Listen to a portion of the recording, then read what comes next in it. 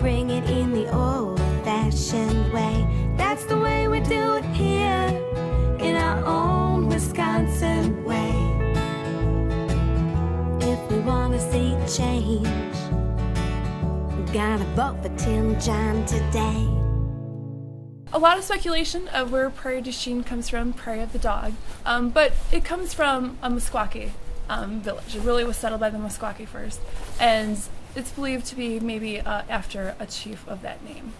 Okay, but it's still in debate.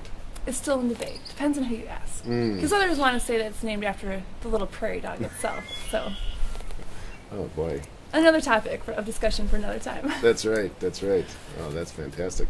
And tell us a little bit about Dousman family and where we are. Sure. Right now we're on kind of the working part of the state. We're behind the mansion.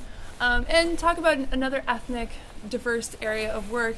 The Dousmans were a large employer of immigrants that were coming into Wisconsin. And we go through their employee records, and Irish, German, Bohemian, Norwegian that came and found work here for the Dousmans. And we have the Ice House building here.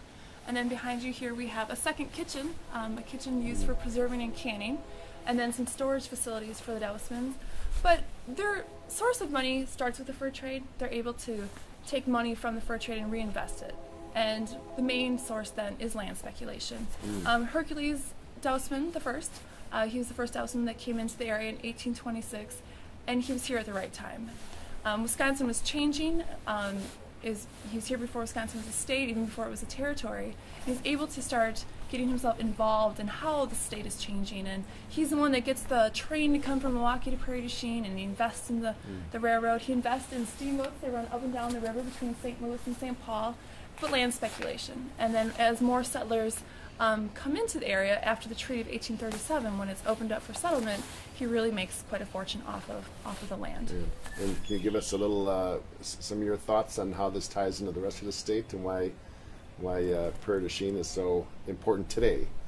To come and visit the Dousmans, he was an entrepreneur, and I think, but also today we focus our main time period for interpretation today is the 1890s, 1893. In 1893, there was a huge depression. The economy went south.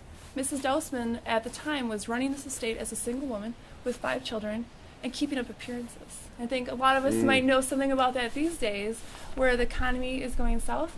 Happened to her. She lost a large amount of investments. They were a wealthy family, but it was tied up in stocks. Some parallels with today. Right. So, people can come here and they can learn about, women's history, early Wisconsin history, and maybe even walk away thinking with some relevance of what's going on in today's world as well. Well, that's wonderful. Thank you very much. You're welcome. Holy mackerel.